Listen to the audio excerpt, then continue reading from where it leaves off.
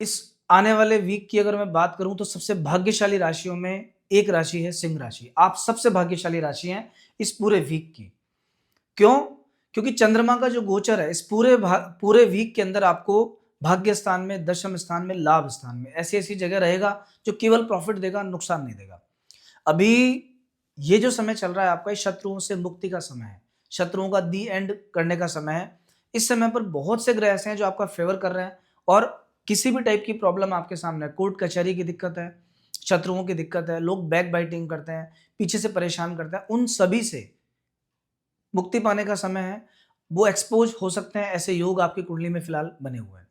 तो दोस्तों, एक बार सभी तरह के योगों पे विचार करेंगे, क्या बहुत अच्छा आपको मिलने वाला है, किन चीज़ों से सावधानी बरतनी चाहिए और क्या उपाय आपको करना चाहिए, जिससे आपका आने वाला समय डे बाय डे बेटर हो सके। इन सब चीज़ों पे हम डिस्कशन करेंगे। कंटिन्यू बने रहिए हमारे साथ में और अगर आपने चैनल को सब्सक्राइब नहीं किया है, तो प्लीज़ कर लीजिए। सबसे पहली बात, सिंह राशि के लोग बड़े सॉफ्ट होते हैं, दिखने में बहुत हार्ड होते हैं लेकिन अंदर बड़े सॉफ्ट होते हैं। अभी कई तरह की समस्याएं आपके साथ में चल रही हैं। जो मुख्य मुख्य ग्रह होते हैं, राहु, शनि, बृहस्पति, जिनसे कुंडली को मेन देखा जाता है, मेन जो आधार होता है, वो अधिकतर ग्रह आपकी राशि के अनुसार अभी कुछ अपोजिट चल रहे हैं। कैसे? राहु आपके चल रहे हैं सातवें घर में। सातवें घर में राहु पारिवारिक समस्याएं देता है। ऐसा मान लीजिए दो लोगों के बीच में गलतफहमी क्रिएट करते हैं, रिलेशनशिप्स को ब्रेक करते हैं। दो लोग अगर एक साथ काम करेंगे तो कहीं ना कहीं गलतफहमियां क्रिएट हो जाएंगी, मिसअंडरस्टैंडिंग क्रिएट हो जाएगी, व्यापार को खराब करता है, गलत डिसीजन या गलत इन्वेस्टमेंट से नुकसान करता है। इन सभी चीजों से आपको विशेष तौर पर बचने की फिलहाल आवश्यकता है।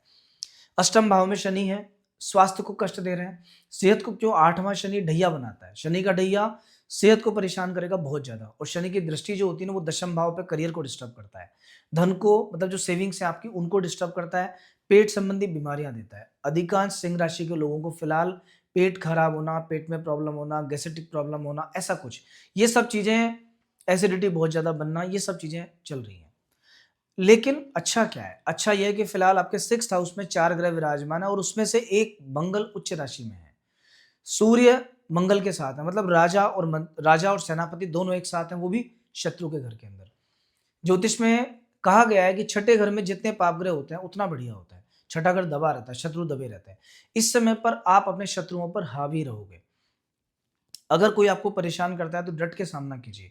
अगर कोई केस आप पे चल रहा है, कोई कोर्ट कचहरी का मामला है, कोई जीएसटी का प्रॉब्लम है, कोई लीगल गवर्नमेंट से प्रॉब्लम हो चुकी है, तो उस काम को अभी थोड़ा सा हाथ में लो आप। उसमें कुछ ना कुछ करना स्टार्ट करो, क्योंकि इस समय पे किस्मत साथ है। अभी जो करोगे उसका रिजल्ट आपके सामने अच्छा आने वाला है। शुक्र और बुध, ये दो ग्रह आपके 6th हाउस में बहुत अच्छे नहीं है। बुध हालांकि छठे घर में अच्छे होते हैं और ये पैसा बढ़ाने वाले होते हैं। कहीं ना कहीं मार्केटिंग से व्यक्ति को फायदा मिलता है। बुद्धि का प्रयोग करके व्यक्ति समस्याओं से निजात पा सकता है। लेकिन शुक्र यहाँ खराब है। शुक्र छठे घर में काल पुरुष की कुंडली को जब देखोगे तो नीच राशि में आ जाता है और यहाँ आके शुक्र का बल कमजोर हो जाता है। मतलब पत्नी के स्वास्थ्य का ध्यान रखना, मैरिड लाइफ में कुछ इश्यूज आपके सामने आ सकते हैं, स्किन डिजीज अभी देखने को मिल सकती हैं और थोड़ा सा परिवार की शांति भंग हो सकती है। तो ये चीज का ध्यान थोड़ा सा रखिएगा। अभी इस वीक की अगर मैं बात करूं तो ये वीक आपके लिए बहुत शानदार होने वाला है। ये 7 दिन जो है ना, ये पूरी राशियों के अंदर सबसे बढ़िया आपके लिए है और बहुत सी चीजें इस वीक में आपको देखने को मिलेंगी। लेकिन जो भाग्य दे रहा है वो तो ठीक है, आपको मेहनत उसके अकॉर्डिंग करनी है। तो प्लान करना है, क्या करना है, कैसे करना है, वो मैं आपको बताऊंगा। पहले एक विशेष बात मैं आपको बता देता हूं दोस्तों, ये राशिफल है। राशिफल क्या होता है कि इसका एक लिमिटेड रिजल्ट होता है। क्यों होता है? क्योंकि हम चंद्रमा पे बातें करते हैं, बाकी ग्रहों के गोचर पे बात करते हैं। लेकिन आपकी कुंडली में ग्रह कैसे हैं? मान लीजिए गोचर में मंगल बहुत अच्छा है लेकिन कुंडली में नीच राशि में, तो होगा क्या कि यहाँ फलादेश निकलेगा कि आपको जमीन से फायदा होगा, लेकिन पता चला नीच राशि के मंगल है तो उतना फायदा नहीं कर पाए। इसीलिए प्रॉपर कॉम्बिनेशन के लिए या प्रॉपर रिजल्ट्स के लिए आपको एक बार अपनी कुंडली डिस्कस करनी चाहिए। और एक और बात, अभी अधिकांश जो स्टूडेंट्स हैं वो कोई नया सब्जेक्ट लेने वाले हैं और ये बड़ा कंफ्यूजन रहता है। दो चीजों का कंफ्यूजन सबके सामने बहुत ज्यादा आता है। मेरे पास भी लोग जो कुंडली दिखवाने आते हैं, दो चीजों को लेकर बड़े परेशान रहते हैं। क्या? सबसे पहला कंफ्यूजन तो रहता है कि मुझे किस फील्ड में व्यापार करना चाहिए, कौन सा क्षेत्र मेरे लिए सबसे अच्छा है। तो ये चुनाव कुंडली के माध्यम से आप बहुत बेहतर तरीके से कर सकते हो। कैसे? आपके कुंडली में जो ग्रह बहुत मजबूत है, 10th हाउस को देखते हैं, 7th हाउस पे इफेक्ट है, उसके अकॉर्डिंग अगर आप काम करोगे तो वो काम बढ़िया रहेगा। फॉर एग्जाम्पल, मान लीजिए कि आपका कुंडली में बृहस्पति बहुत स्ट्रांग है, टीचिंग, मैनेजमेंट या फिर लॉ से जुड़ा काम करना आपके लिए बेहतर है। आप एक डॉक्टर बन सकते हैं अच्छे और मेडिकल के फील्ड में जा सकते हैं। लेकिन इन केस अगर आपका मंगल बहुत अच्छा है तो आपको डिफेंस सेक्टर चूज करना चाहिए, डिफेंस आपके लिए बढ़िया रहेगा। इसी तरह से अगर मान लीजिए सूर्य आपका बहुत स्ट्रांग है तो आपको गवर्नमेंट सर्विस की तरफ जाना चाहिए। व्यापार करोगे तो गवर्नमेंट के कॉन्ट्रैक्ट लेना बेटर है। तो इसी तरह से सभी ग्रहों का विचार करके प्रॉपर कौन सा फील्ड आपके लिए अच्छा है ये आप कुंडली से डिसाइड कर सकते हैं। सेकंड, अगर आप स्टूडेंट हैं और कोई सब्जेक्ट लेने वाले हैं तो अभी ये समय ऐसा है कि भविष्य का नींव होता है। गलत जगह आपने चुनाव कर लिया तो आपका टैलेंट वेस्ट हो सकता है। कोई व्यक्ति बाय बर्थ क्रिएटिव है, कोई एनालिटिकल बुद्धि किसी में बहुत ज़्यादा है, कोई बहुत अच्छा मैनेजर है, बहुत अच्छे मैनेजमेंट के स्किल्स उसके अंदर है और कोई लॉ में बहुत अच्छा है, उसके लिए क्लैट अच्छा रहेगा। तो ये सब डिसाइड होता है आपके ग्रहों के कारण। क्यों? ग्रहाधीनम जगत सर्वम, जैसे प्लैनेट्स होते हैं वैसा व्यक्ति का नेचर होता है और अधिकतर लोग इस चीज़ को फील करते होंगे। आपकी कुंडली में मैरिड लाइफ में डिस्टर्बेंस होना लिखा है, थोड़ा आएगा। शादी ब्रेक होना लिखा है, टूटना लिखा है, दिक्कत है तो आएगा, जब तक आप उसका कोई प्रॉपर उपाय नहीं करोगे। आप देख लीजिए जिनकी कुंडली में 7th हाउस पे शनि की दृष्टि है, जिनकी जन्म पत्रिका में सूर्य 7वें घर में बैठा है, उनकी शादी 28-29 से पहले बिल्कुल नहीं होती, उसके बाद ही होती है और ऐसा 99% मैंने अभी तक देखा है। तो कहने का मतलब है कि इस तरह का कोई गाइडेंस अगर आपको चाहिए तो आप हमारे यहाँ संपर्क कर सकते हैं, नंबर आपके पास में है। बहुत अच्छे तरीके से आपकी कुंडली का प्रॉपर एनालिसिस करके आपको बताया जाएगा। अब बात करते हैं आने वाले 7 डेज की। इन 7 दिनों में जो वीक की स्टार्टिंग है वो 26 तारीख से है। 26 और 27 इन 2 दिनों में 9th हाउस में चंद्रमा का गोचर है। कहीं न कहीं भाग्य आपके साथ रहेगा, अच्छा कोई ट्रैवल हो सकता है और किस्मत से आपके काम बनेंगे। पूजा-पाठ में थोड़ा-सा रुचि बनेगी। आपकी इच्छा होगी कि मैं एक प्रॉपर रूटीन बना के अपनी लाइफ़ को रीस्टार्ट करूँ दोबारा से। ये 2 दिन बहुत अच्छे हैं। 28 और 29 ये 2 दिन इस पूरे वीक में आपके अच्छे हैं। अगर आप कहीं भी किसी प्रोफ़ेशन में काम करते हैं, ऑफ़िस में थोड़ा-सा माहौल ख़राब है या कोई बहुत आपके सामने कोई ऐसा मान लीजिए कि मुश्किल वाला काम है, कोई टफ़ टास्क आपके सामने है, तो इन 2 दिनों में करने का प्रयास करो। आपके जॉब को लेके कोई भी डिसीज़न अगर होगा तो इन 2 दिनों में बहुत अच्छा होगा। अगर आप नए काम की शुरुआत करनी है, नया व्यापार करना है या कुछ और करना है, तो भी ये 2 दिन 28 तारीख और 29 तारीख होगा क्या कि चंद्रमा की एनर्जी आपको मिलेगी। चंद्रमा मन के कारक हैं और जैसा हमारा मन होता है, जैसे हमारे विचार होते हैं, वैसे ही हमारी क्रियाएँ होती हैं, वैसा ही हमारा एक्शन होता है और जैसा आपका एक्शन है, वैसा ही आपका फ्यूचर है। तो इन केस आप अच्छा सोचेंगे, आप कुछ अच्छा डिसाइड करेंगे, ये एनर्जी लेवल हाई रहेगा।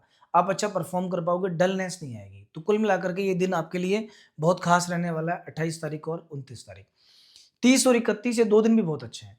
इन 2 दिनों में क्या-क्या अच्छा हो सकता है? एजुकेशन के हिसाब से बहुत अच्छा है। जो लोग स्टूडेंट्स हैं, उनका ये दिन पढ़ाई में जाएगा, फुल कंसंट्रेशन में जाएगा।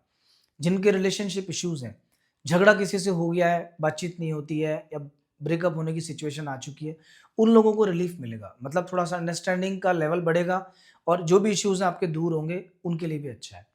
जो लोग मेडिटेशन, ध्यान ये सब करने के शौकीन हैं या फिर इन चीज़ों में उनकी रुचि है, भक्ति मार्ग पे जो चलना चाहते हैं, उसके लिए भी बहुत अच्छा दिन है। कोई अच्छी ट्रैवल करने का मौका मिल सकता है, मंदिर जाने का मौका, कोई और किसी धार्मिक स्थान पे यात्रा आपकी हो सकती है। दोस्तों के साथ घूमने-फिरने का प्लान बन सकता है और किसी अच्छी जगह पे आप घूमने भी जा सकते हो इन 2 दिनों में 30 और 31 में। 1 तारीख का जो दिन है, 12वें घर में चंद्रमा रहेंगे, इसको बहुत सेफ्टी से निकालना मतलब वीकेंड आपका संडे। इस दिन थोड़ा टेंशन, स्ट्रेस हो सकता है, थोड़ा डलनेस हो सकती है, शरीर में आलस्य रह सकता है या फिर अगर आप सर्दी, खाँसी, जुकाम से पीड़ित हो पहले से, तो सर्दी से जुड़ी जो बीमारियाँ हैं, वो आपके सामने आ सकती हैं। देखिए, पूरे वीक के बारे में हम डिस्कस कर चुके हैं। जाने से पहले लास्ट में आपको 2 बातें अभी कहूँगा सिंह राशि के बारे में। सिंह राशि सूर्य की राशि और सूर्य ग्रहों के राजा है।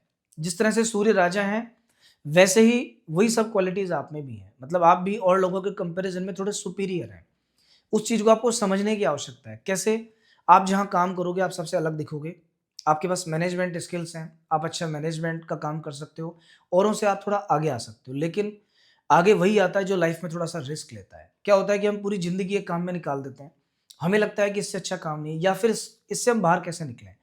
और इस सेफ्टी के चक्कर में, सेफ्टी ज़ोन से बाहर नहीं आने के चक्कर में हम वो काम नहीं कर पाते जो हमें करना चाहिए।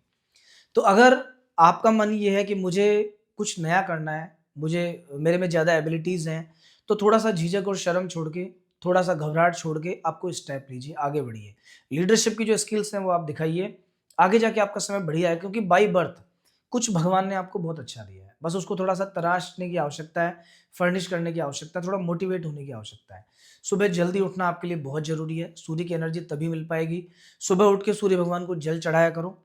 हो सके अगर तो ओम घृणी सूर्याय नमः इस मंत्र का जप करना आप चालू कर दो। और किसी भी स्थिति के अंदर 7 या 8 बजे से ज़्यादा जगना बहुत खराब है आपके लिए। क्योंकि अगर कोई व्यक्ति सूर्योदय को निकाल देता है, तो ये मान के चलिए कि उसका आधा समय तो वैसे ही खराब है।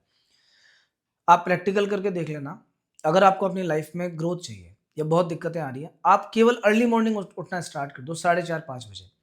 1-2 महीने के अंदर आपके चेहरे पे चमक अलग आ जाएगी, आपका कॉन्फिडेंस का लेवल अलग हो जाएगा। आपको ऐसा लगेगा जैसे जहाँ जाओगे, लोग सब आपको देखेंगे, सुनेंगे और आपको एक हेल्प मिलना स्टार्ट हो जाएगी, डिवाइन पावर से। तो कुल मिला के एक और बात है, अगर देखिए सूर्य जो है वो आपकी राशि के स्वामी है।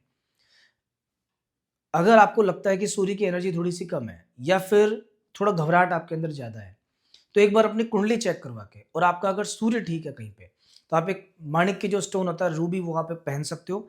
अगर रूबी आपको सूट करेगा, मतलब आपके लिए बढ़िया प्रॉफिटेबल होगा, तो उसको पहनने के बाद मतलब विदिन 3 मंथ्स उसका रिजल्ट दिखना स्टार्ट हो जाता है। कहीं न कहीं जॉब चेंज होगा, लीडरशिप का मौका मिलेगा, कोई अच्छा चांस आएगा और हो सकता है क्योंकि सूर्य अथॉरिटी देता है, तो मे बी पॉसिबल कि आप में कोई बिज़नेस करने की क्षमता आ जाए या एडमिनिस्ट्रेशन में आप अच्छे पद पे चले जाएँ या आप स्टूडेंट हैं तो गवर्नमेंट सेक्टर में भी आपको लाभ मिले, लेकिन वो एक बार देखने के बाद। विदाउट कुंडली के, बिना कुंडली चेक किए ढंग से आप ऐसा कोई स्टोन नहीं पहन सकते हैं। तो खैर, ओवरऑल राशिफल आप सुन चुके हैं। इसी तरह से और राशिफल और बाकी ग्रहों के फल भी आपको समय-समय पे मिलते रहेंगे। लेकिन हमसे जुड़े रहने के लिए, बने रहने के लिए पेज को सब्सक्राइब कर लीजिए और नेक्स्ट वीक आपसे फिर मिलना होगा। नमस्कार।